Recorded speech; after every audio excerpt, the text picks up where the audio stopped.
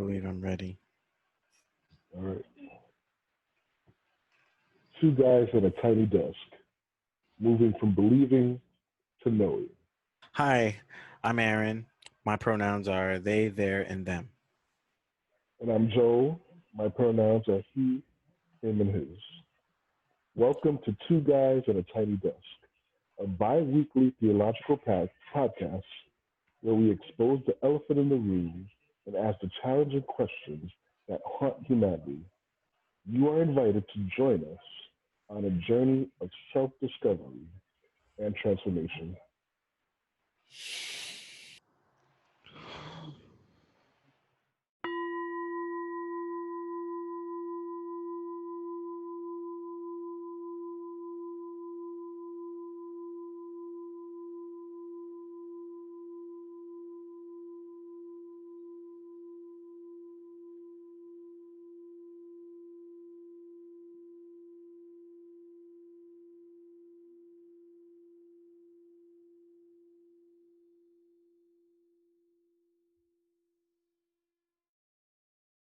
Why don't you, Aaron, why don't you get us started with a prayer?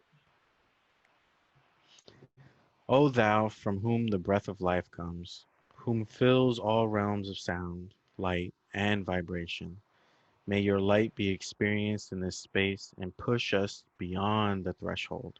Give us wisdom, understanding, assistance for our daily need. Let us be freed from which keeps us off from our true purpose. Ashe. Ashe. Aaron, why don't we get started with a short bio from ourselves? Okay. I'm a Cuban male in the diaspora, currently post-Christian, on a journey of self. That makes me a shaman in process. Um, I fell into this path, stumbled upon this path from seeing so many people hurt through trauma, um, that were surrounding me. And I was just like, how do we fix this? Like how do we do this? So, going to seminary at NYTS, I learned about healing, the wounded healer. It gave me a new side of looking at Christianity and Jesus, thus propelling me post-Christian, um, where I can appreciate, the relationships we build with people to the point whereas my goal now is to, create platforms or groups or even clinics to help people heal, not just physically, but mentally, spiritually, you know. My family has been involved with all levels of the church from my lifetime, from non believers to an ancestor that's on his way to canonization, meaning he's up for sainthood. I was raised as a Kojic, Church of God in Christ, Catholic, Jehovah's Witness, who had a lot of questions about faith, and ultimately wanted to share my love for God with others. So, with the help of my lovely wife telling me the best way to get to know or to get to answer the question I had was to go to school, I am finishing up my Master of Divinity at New York Theological Seminary. Now, let's jump into our discussion for the day. The word of Luke. Today's topic/discussion. For our first session, we would like to invite you into a space of consciousness, a vulnerable and loving space that will encourage you to think differently or consider it. Coming out of the Christian Bible from one of the four canonical gospel scriptures, Luke 23:34. It says, Father, forgive them, for they know not what they do. And Aaron, I think we should pull out some fulcrum words for this. The words Father, forgive, Definitely. know not what they do, and then the word know by itself. Yeah. So the first word Father comes from the Greek root pater, Strong's number G3962, parent, nearest ancestor, a nourisher. So from the definition here, God is not a male. No. What you think about the word? What I think is interesting is that this definition of father does not specify gender. You have a parent. Like, that's not saying it has to be a male. Nearest ancestor, a nourisher. These could be a number of things. You know, so father actually is being used in a grander scale, more of a universal, level. You know, I always heard one of the reasons that the men that wrote the Bible put in the word father was because in the Jewish tradition, a father had to claim their children. Mm, So that is perhaps one of the reasons. But I know in our time, and probably for the whole lifetime, a lot of people have had problems with the word father. Um, I generally see God as my father, and when I am closest to God, I'm like a little child holding up to a thumb.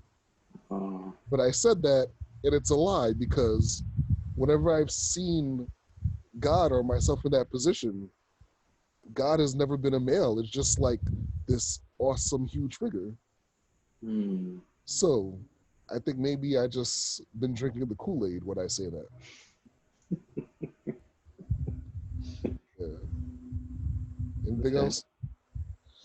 No, I mean, this is pretty straightforward. I know how the word father itself has hurt so many people and continues to hurt so many people. Um, I really do understand that, you know. That's why I do like highlighting that based on Strong's, G3962, it states father is a parent, a nearest ancestor, a nourisher. You know, with that kind of definition, it really changes the context of how father is being used in a lot of scriptures, especially in the Second Testament. I like that. All right. The next word, it says forgive them. So next word is forgive. Comes from the root Forgive. word, the Greek alpha emi, at least something like that. Mhm. Strong's G863. And it's defined as to let go, to let alone, to let be, give up a debt, to leave undying, to leave behind one, to leave so that we what is left may remain, to abandon or to leave destitute. So give me your opinions on the word forgive, brother. That's crazy. Um, this is deep. This is deep. Um, the one definition that popped out to me was give up debt. I mean, we talk about how we live in a system where we just exchange debt, and then you have a figure like Jesus come along and say, "Give me your debt," because my loan process is easier. Like, I'm basing my loan on you based on your specific situation, right? He makes it intimate, right? He doesn't do it to profit in the sense of getting more in return, but the profit is the person growing because he's a builder, he's a grower, right? He harvests like no other. You know what I mean? So when you want to talk about forgive, it's so hard for humanity to even make that practical because we have so much pain and hurt, Uh, you know, and that really is preventing us from like letting everything going and saying, I forgive you or I forgive whatever, and to really honestly allow that to spiritually just shut off yourself. Like, that won't happen unless you start, chiseling at the pain and the trauma inside. You have to really achieve vulnerability. You know, Forgiveness is not about forgiving another party, but it's actually about you forgiving yourself for doing what happened or whatever happened. It's okay. just forgive yourself. And then from there on, it's a ripple effect of forgiving others. You know. That is powerful. I definitely agree. I'm trying to look up something because you said something and it popped up in my mind that I posted on Facebook, Mm, and it was about when it comes to, or I'm putting it together, when it comes to forgiving and stuff like that. Um, it's First Peter 5 that says, "So be content with who you are. Don't put on airs. God's strong hand is on you.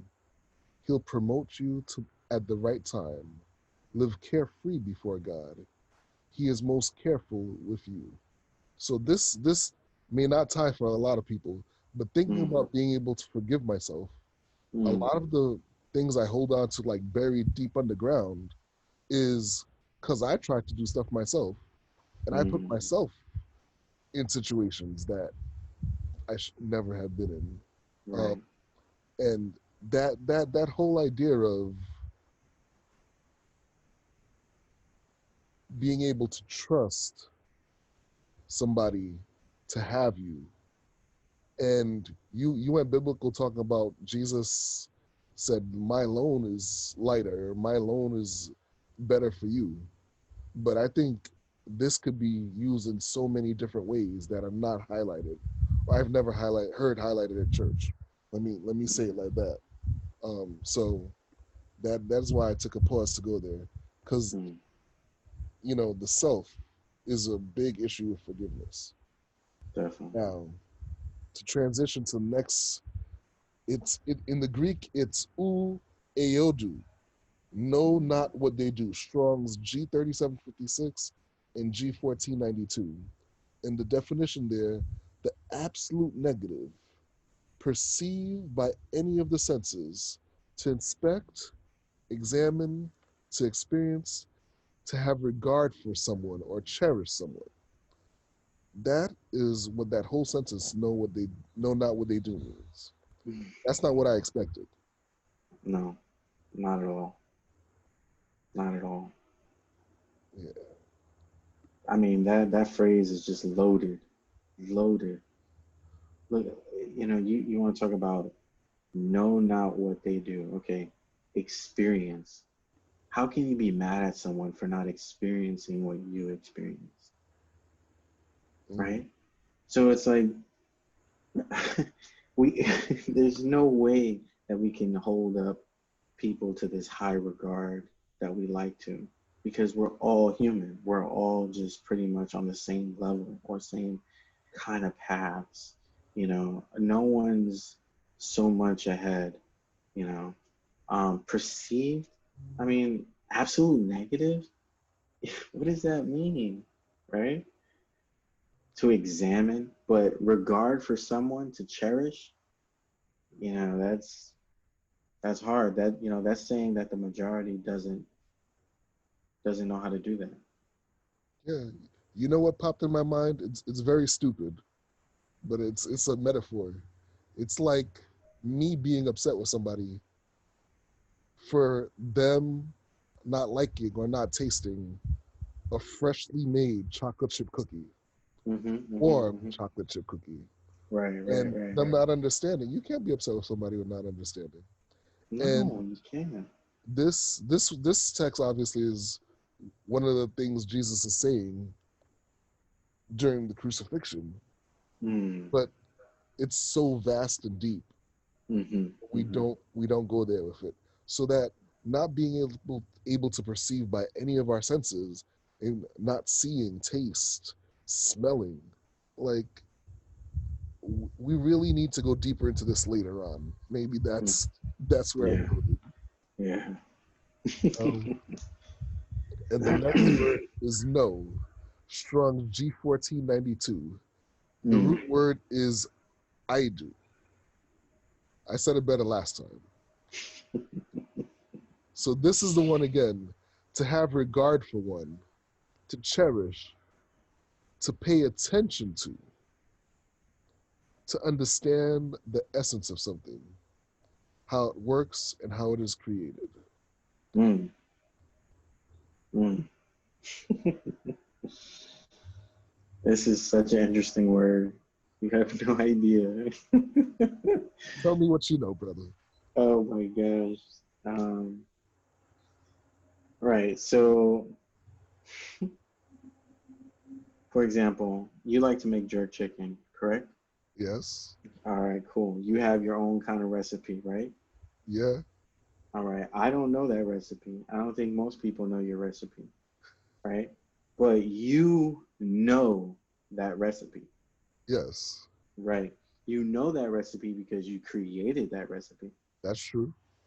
You created that recipe because you understand how creating recipes work. My senses. You see, I perceive by the Mm. senses. And that's just one way of cooking, right? We That's perceive right. by senses and taste and smell.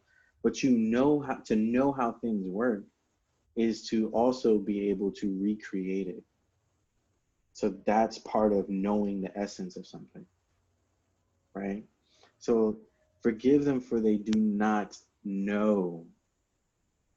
They do not have or possess the knowledge of how things work, or they don't have the knowledge of, what would happen if they made that choice.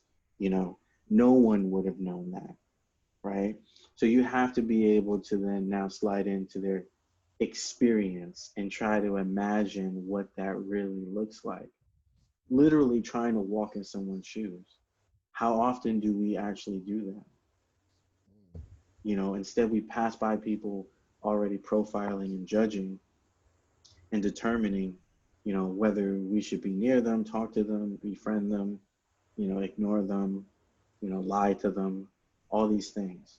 Instead of trying to say, wow, like, how is this person's life? Like, Hmm. is it, you know what I mean? Like, how often have we stopped at some and looked at someone and said, man, they look like they had a hard day. I want to imagine what that hard day looked like, Yeah. and then I'd be more grateful for people like her or him that do what they do day in and day out, right? We'd have a more appreciative community, you know, and that's like first signs of love, right? Agape love, to appreciate, right? Now, I want to go a little different with Okay. this, if that's cool. Yeah, yeah, yeah. Um, just the word no. I Mm-hmm. am going to be 42 years old, right? Mm-hmm. So I don't know. I don't know what age I am, but the question is, thinking about where I am in my life, how many people really know themselves? And how do you Mm, get to know anything else, anybody else, without first really getting to know yourself? right. And it's a journey for me. Mm, It's a mm, journey. It's hard. I get a lot of help from my family, especially my wife, in when she asks questions and I sit there and ponder about why do I react a certain way? Why, mm, you know, why do I do the things I do? And that is a journey to get to know yourself. mm, And I think knowing the self is very important when it comes to, or very important in order for us to get to know others, to show the mm. attribute of love in a real way, you Yeah. know. So that is where I am, and I think that's where I want to shift. You said something before, and I'm gonna say it. I'm gonna take your word. Sorry. Go We for it. Go spent for it. most of our lives believing instead of knowing. So we spent most Mm. of our lives believing instead of knowing. That's deep. That's deep. Well, That's you deep. said it, right? So I hope I hope our podcast, I hope two men, us, the two guys in a tiny desk, I hope that we'll work to move within ourselves from believing to knowing. Mm. Maybe we could help others to move in the same way. Oh, wow. Powerful. Yes. Count me in. Count me in. All right. I want to tell everybody, please check us out in 2 weeks for our next session. And if you have any questions, thought, ideas, we'd love to hear from you. All right. Benediction, sir. Benediction on the spot.